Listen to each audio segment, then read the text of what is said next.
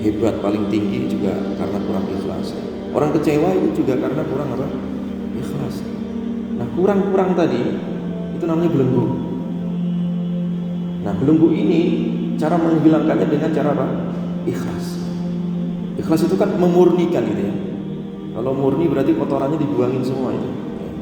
Kotoran-kotoran dalam hati, riya, sum'ah, pamer, takabur, ujub, dengki, macam-macam itu namanya ghil ya, belenggu. Nah, yang paling mujarab untuk menghilangkan berbagai macam belenggu hati adalah dengan ikhlas ya, dengan ikhlas karena Allah Subhanahu wa taala. Jadi kalau udah ikhlas ya, mau orang lain terima kasih, memuji atau tidak ya sama aja gitu. Dia melihatnya bukan manusia, tapi yang dilihatnya adalah karena mencari ridha Allah Subhanahu wa taala. Jadi kata kuncinya ikhlas ini akan menghilangkan belenggu di dalam hati manusia. Jamaah sekalian yang dirahmati oleh Allah Subhanahu wa taala. Lalu apa hakikat ikhlas ini, definisinya? Jamaah sekalian yang dirahmati oleh Allah. Di sini musannif mengatakan, ya, Imam Ibnu Qayyim mengatakan berbagai macam definisi ikhlas. Yang pertama, al-ikhlasu istiwa'u a'malil abdi fi dzahiri wal batini. Jadi ikhlas itu adalah istiwa'u a'mal. Jadi persamaan amal seorang hamba, baik lahir maupun batin. Maksudnya antara amalan batin dengan lahirnya itu sama gitu ya. Kadang ada orang itu ya tampakannya bagus ya, penampakannya bagus ya, penampakannya itu rapi gitu ya, syarat rukun sudah terpenuhi dalam amal ibadahnya ya. Tetapi terkadang dalam hatinya itu ada unek-unek ya. Dalam hatinya itu kadang ada perasaan ingin dipuji orang ya, ada perasaan ingin pamrih ya kan? Itu berarti tidak sama antara lahir dan batinnya. Makanya disebut riya. Kalau ikhlas, lahirnya ikhlas, batinnya juga ikhlas itu. Jadi antara ucapan dan perbuatan dan niat itu sama. Nah, itu namanya ikhlas ya.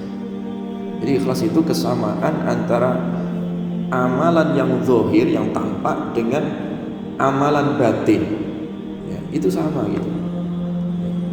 Kalau dia berbeda, yang lahirnya bagus ya, secara penampakan dia bagus, tapi batinnya rusak ya, itu namanya riya ya. Jadi ar-riya'u ayyakuna zahiruhu khairan min batinihi. Kalau riya itu amalan zahirnya, jadi penampakan lahiriahnya itu bagus ya, tetapi secara batin itu lebih buruk itu namanya riya ya. Itu namanya apa? Riya. Nah, ikhlas itu lawan daripada apa? Riya. Makanya ikhlas itu sama saja, amalan lahirnya dengan batinnya itu sama saja ya. Sehingga dia jujur di dalam beramal ya. Memang karena Allah ya. Karena Allah, hatinya memang niatnya karena Allah, kemudian secara lahiriah juga karena Allah Subhanahu wa taala, sehingga tidak sibuk dengan penampilan-penampilan yang sifatnya lahiriah. Karena penampilan-penampilan lahiriah ini kan sebenarnya kepingin dilihat orang gitu kan. Orang berpenampilan itu kan supaya dilihat orang sebenarnya, ya kan? Nah, ingin dilihat orang itu namanya riya ya, itu namanya riya. Makanya ikhlas itu adalah ikhlas nisyanu ru'yatil khalqi bidawamin nadhari ilal khaliqi. Jadi kalau ikhlas itu artinya dia melupakan dari penglihatan makhluk, penglihatan orang. Jadi artinya kalau dia memang betul-betul ikhlas, dia nggak ingin cari muka ya, atau tidak ingin cari penglihatan orang lain. Mau dilihat mau enggak, khusyuk ya khusyuk itu. Jangan khusyuk kalau di hadapan orang ya. Mau di hadapan orang mau tidak, itu sama gitu khusyuknya. Mau saat sendiri mau saat di keramaian, itu sama, itu ikhlas berarti. Bidawa min nadhari ilal khaliq. Karena orang yang ikhlas itu senantiasa dia mendawamkan, melanggengkan, ya, merasa diawasi oleh Al-Khaliq, yaitu Allah Subhanahu wa taala yang Maha Pencipta. Jadi ikhlas itu dia memperhatikan penglihatan Allah daripada penglihatan manusia. Jadi kalau orang itu menyibukkan diri supaya dilihat orang, nah itu namanya riya. Tapi kalau orang itu menyibukkan diri, ya, merasa diperhatikan oleh Allah, nah itu dia ikhlas. Itu bedanya ya. Jadi bedanya tipis ya. Jadi kalau orang ikhlas itu orientasinya memang karena Allah. Tapi kalau orang riya, pamer, itu orientasinya adalah pamrih ya. Pamrih ya. Ingin dilihat oleh manusia. Jamaah sekalian dirahmati oleh Allah. Kemudian definisi yang berikutnya yang disampaikan oleh musannif di sini, ikhlas ya. Ikhlas itu adalah sirrun bainallahi wa bainal abdi. Al-ikhlasu sirrun bainallahi wa bainal abdi. Jadi ikhlas itu sebenarnya rahasia gitu ya, antara seorang hamba dengan Robnya. Rahasia gitu. Istri kita nggak tahu juga ya. Tangga kita nggak tahu, anak kita kadang tidak tahu ya. Karena ikhlas itu betul-betul rahasia gitu, antara diri seseorang ya kan di hadapan Allah Subhanahu wa taala ya. Itu ikhlas ya, betul-betul rahasia betul ya. Makanya amalan hati yang paling berat itu ikhlas. Amalan hati yang paling berat itu adalah apa? Ikhlas. Ketika para ulama salafus saleh dulu ditanya ya, ayu syai'in asyaddu 'ala nafs, ya, ayu syai'in asyaddu 'ala nafs, amalan apa yang paling berat pada jiwa manusia. Jadi amalan batin manusia yang paling berat itu apa? Faqala al-ikhlas ya. Ikhlas. Jadi ikhlas ini mudah diucapkan tapi sebenarnya berat sekali untuk dilaksanakan ya. Karena itu memang betul-betul rahasia gitu. Betul-betul rahasia antara seorang hamba dengan Allah Subhanahu wa taala ya. Makanya ikhlas ini sangat berat sekali ya. Sangat berat. Orang sholat itu aja udah berat ya. Orang sholat memenuhi syarat dan rukun itu berat. Tapi lebih berat lagi ya. Sudah syarat rukunnya terpenuhi, kemudian ada ikhlas di dalamnya ya. Makanya orang sholat itu kan terkadang walaupun sama dari sisi syarat dan rukunnya, tapi dari sisi pahala terkadang berbeda ya. Ada orang itu mendapatkan pahala penuh dari sholatnya, ada orang itu mendapatkan hanya separuh dari sholatnya, ada yang 1/4 dan seterusnya. Salah satunya yang menentukan tadi kadar keikhlasan seseorang di dalam melaksanakan sholat atau di dalam melaksanakan ibadah ya. Jamaah sekalian dirahmati oleh Allah. Nah, kalau ikhlas ini sudah dimiliki oleh seseorang walaupun berat, maka kemuliaan seseorang di sisi Allah di dunia dan di akhirat itu ditentukan ikhlasnya ini ya, ditentukan ikhlasnya. A'azzu syai'in fid dunya al-ikhlas.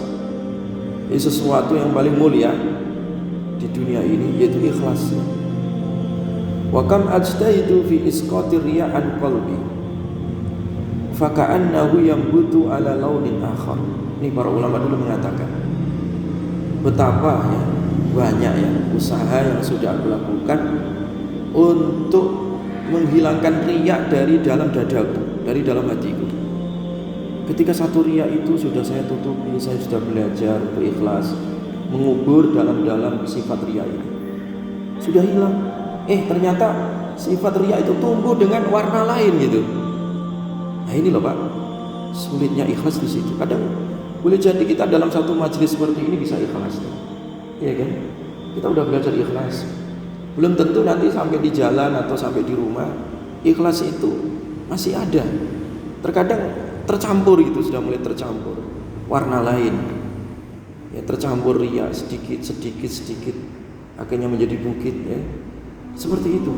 Makanya ikhlas ini belajarnya adalah 24 jam tadi ya. Jadi konsentrasinya 24 jam. Ya, ikhlas tidak hanya sekedar waktu kita memulai amal saja, tidak. Ya, saat beramal dan saat selesai amal gitu.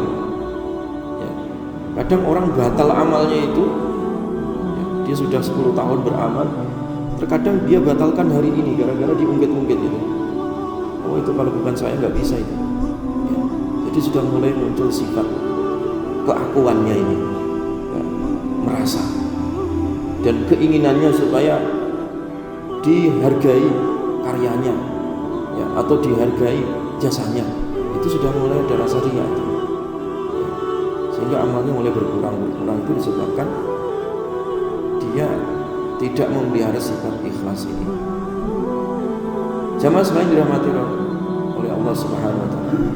Idza akhlasa al-'abdu, nah ini, jika seorang hamba sudah mulai belajar ikhlas tadi, inqata'at anhu kasratu al-wasawis war-riya, maka akan terputus ya was-was di dalam dadanya. Jadi kan setan ini kan kerjaannya was-was ya. Alladzi waswisu fi sudurin nas ya. Kerjaannya setan itu ngasih was-was.